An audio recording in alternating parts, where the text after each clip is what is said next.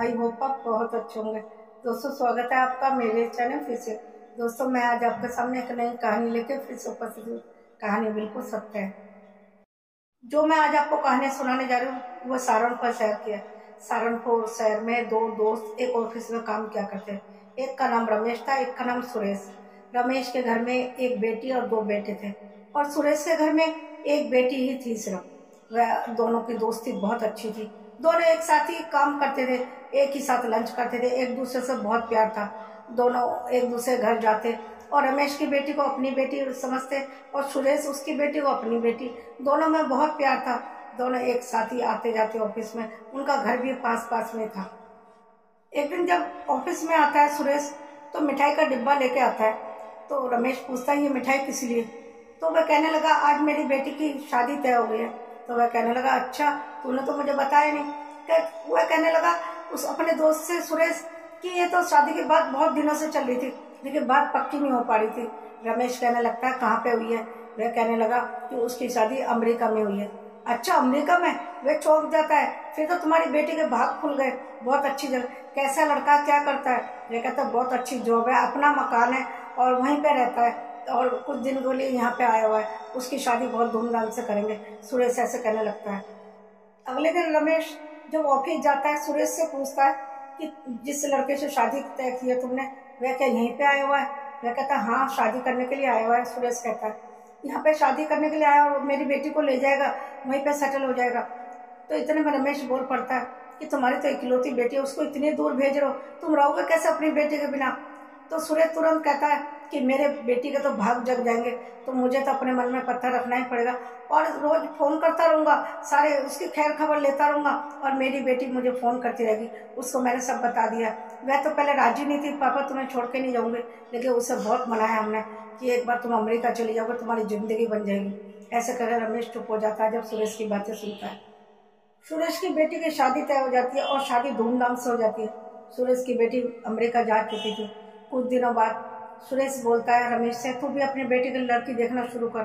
तो वह कहता है हाँ, उसकी तो पढ़ाई शुरू हो गई, मैं भी देखना शुरू कर रहा हूँ और देख भी रहा हूँ। तो इतने में सुरेश बोल पड़ता है कि कनाडा में मेरे एक जानने वाले हैं, यदि तुम कहो तो मैं बात चलाऊँ तुम्हारी बेटी की।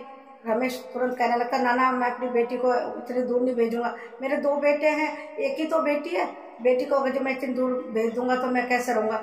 इतने में सुरेश कहने लगता है तुम्हारे घर में दो बेटे भी तो हैं, बहुएं आएंगी, वो तुम्हारी बेटी की तरह तो होंगी, तुम्हारी बेटी के भी भाग खुल जाएंगे। यदि तुम कहो तो मैं बात चलाऊं। वह यहीं पे आया हुआ है और शादी करने के लिए आया हुआ है क्योंकि उसे वहीं पे सेटल होना है। उसने सोचा इंडिया की लड़की लूंगा तो अच्छी मिल जाएगी, यदि तुम कहते हो तो मैं बात चलाता हूँ। मैं सुरेश से कहता है ठीक है, मैं घर में जाके बात करता हूँ। और वह घर में आके बात करता है। सबसे पहले अपने पति से कहता कि हमारी बेटी के लिए कनाडा से रिश्ता आया, क्या हम उसकी कर देनी चाहिए? उसकी माँ कहती नाना, मैं अपनी बेटी को इतनी दूर नहीं भेजूंगी। और उसके भाई भी बोल पड़ते हैं हम अपनी बहन को इतनी दूर नहीं भेजेंगे। और उनकी बेटी भी सुन लेती है पापा मम्मी, मैं तुम लोगों को छोड़ के इतनी दूर नहीं जाऊंगी।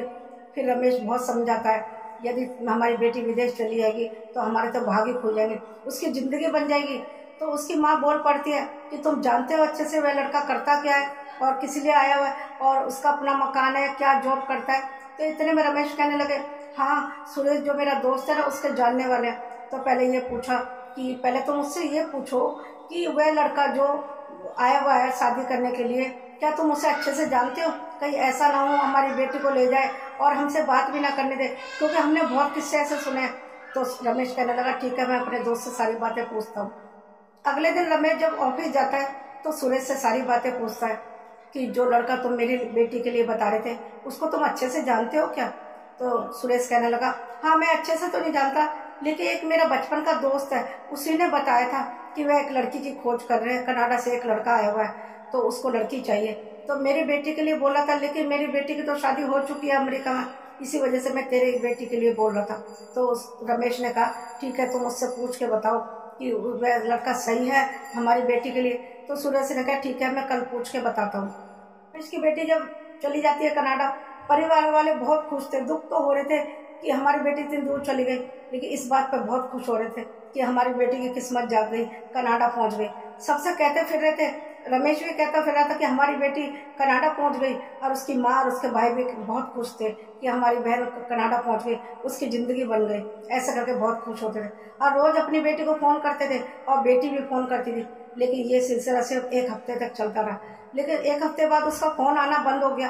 माँ बाप बहुत परेशान हुए, अपने दोस्त से कहने लगे, सुरेश से, कि अब तो उसका फ़ोन ही नहीं आता, हमारी बेटी का फ़ोन करना बंद कर दिया। हमें तो बहुत चिंता सताने लगी, क्यों नहीं फ़ोन कर रही हमारी बेटी, और ना ही फ़ोन हमारा मिल रहा है, उसके पास फ़ोन भी नहीं जा रहा, ऐसा क्या हो गया हमारी बेटी के साथ। तो रमेश का परिवार बहुत घबराने लगा था कि ना जाने हमारी बेटी के साथ क्या हुआ। और वह अपने दोस्त से कहता कि तुम तो कहते थे हम उसको जानते हैं, लेकिन सुरेश कहता मैंने भी उसकी खोज खबर ली, लेकिन मुझे भी कुछ पता नहीं लग पा रहा कि वह कौन है, कहाँ पे रहता है। उसका एड्रेस भी मुझे नहीं मिल पा रहा, जो एड्रेस उन्होंने दिया था उस एड्रेस में वह रहता ही नहीं। अब तो सबको चिंता होने लगी थी, ना जाने क्या हुआ हमारी बेटी के साथ। काफ़ी दिन बीत गए इस बात को, उनके माँ बाप तड़पने लगे कि अपनी बेटी की खबर तक नहीं मिल रही, अब क्या करें, कुछ भी नहीं कर सकते, अब रोने के सिवा हमारे पास कुछ भी नहीं है। एक दिन क्या होता है, काफ़ी दिन बीत जाते हैं, सालों बीत जाते हैं, एक दिन अब उनकी बेटी का फ़ोन आता है और अपने मम्मी पापा से कहते हैं कि मैं आपकी बेटी बोल रही हूँ। रमेश खुश हो जाता है, तुम कहाँ थी, इतने दिन से फ़ोन क्यों नहीं कर रही थी, सालों बीत गए। तो वह कहने लगी, मम्मी पापा मेरी तो किस्मत ही फूट गई, वह लड़का बहुत ही गलत निकला, मुझे अपनी नौकरानी बनाने के लिए ले गया। वह पहले से ही शादीशुदा था, मुझे सिर्फ घर का काम करने के लिए यहाँ से ले गया, और वहाँ जाने के बाद मेरा वीसा सब कुछ गायब कर दिया। और जब मैं कहती थी मैं अब इंडिया पहुँच जाऊँगी, तो वह कहता है कि कैसे पहुँचूगी, तुम्हारा वीज़ा ही नहीं है और तुम्हारा पासपोर्ट भी नहीं है, तुम कैसे जाओगी। ऐसा करके मुझे बहुत सताता था। मैं ना जाने कैसे जान बचा के वहाँ से निकली हूँ और आप लोगों को फ़ोन कर रही हूँ, आप तुरंत मुझे लेने के लिए आ जाओ। तो रमेश और रमेश का परिवार सोचता था कि हम अपनी बेटी तक कैसे पहुँचे, लेकिन इतना आसान नहीं था इतने दूर जाना, कैसे जाता अपनी बेटी को लेने के लिए और उसकी खोज खबर कैसे लेता, क्योंकि इतना पैसा भी तो होना चाहिए वहाँ जाने के लिए। इसलिए मैं दोस्तों सबसे ये कहना चाहती हूँ, कभी भी बिना जाने समझे अपनी बेटी को इतनी दूर ना भेजें। दोस्तों मेरे ये कहानी सुनाने का मकसद सिर्फ ये है, हम लोग अपनी बेटी को शादी देते हैं तो कम से कम हमें खोज खबर तो करनी चाहिए।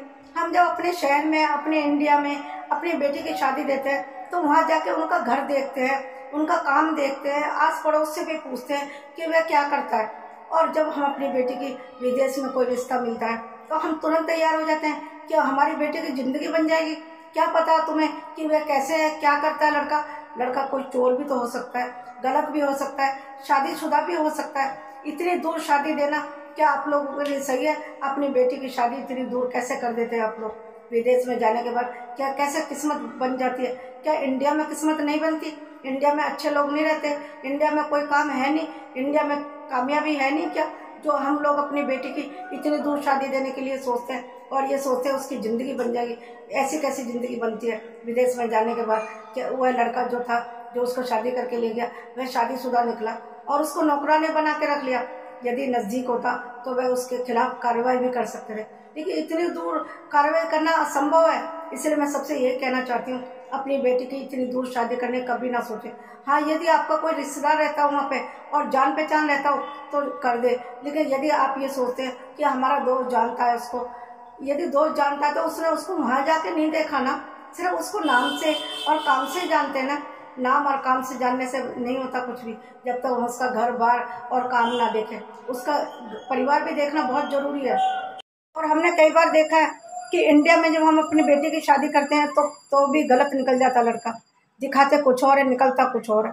तो विदेश में क्या गारंटी है कि अच्छा ही निकलेगा, जब इंडिया में रह के हम उसके पास भी जा सकते हैं, उसके कार्रवाई कर सकते हैं, तब भी वह हमें धोखा दे देते हैं। तो विदेश में तो धोखा देंगे ही देंगे। क्या गारंटी है कि लड़का सही हो?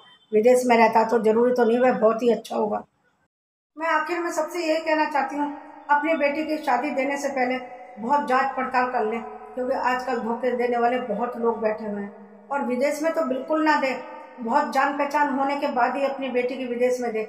यदि जान पहचान ना हो, सिर्फ रिश्ता आने के बाद कोई गारंटी ले ले लड़का अच्छा, तो ऐसे तो बिल्कुल ना दे, क्योंकि वहाँ जाने के बाद आपके हाथ में कुछ भी नहीं रहेगा, सिर्फ बेटी की ज़िंदगी की बर्बादी सिर्फ हाथ में रह जाएगी।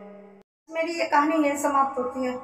आपको यदि मेरी ये कहानी पसंद आई तो एक लाइक और शेयर कर दीजिए। यदि आप मेरे चैनल पर नए हैं तो सब्सक्राइब भी कर दीजिए और बेल आइकन को भी प्रेस कर दीजिए, ताकि आने वाली वीडियो आप तक पहुंच सके। और हाँ, कमेंट तो जरूर कीजिए आपको मेरी ये कहानी कैसी लगती है, अच्छी लगे या बुरी, कैसी भी लगे। और आप मुझे सजेशन भी दे सकते हैं कि मैं कैसी कहानी आपके लिए लाऊं, मैं वैसी आपके लिए कहानी लेकर आऊंगी। बस मैं यही कहानी समाप्त करती हूँ। मिलती हूँ अगले वीडियो में एक नई कहानी लेकर। तब तक के लिए नमस्कार, थैंक यू। अपना और अपनों का बहुत ध्यान रखिए।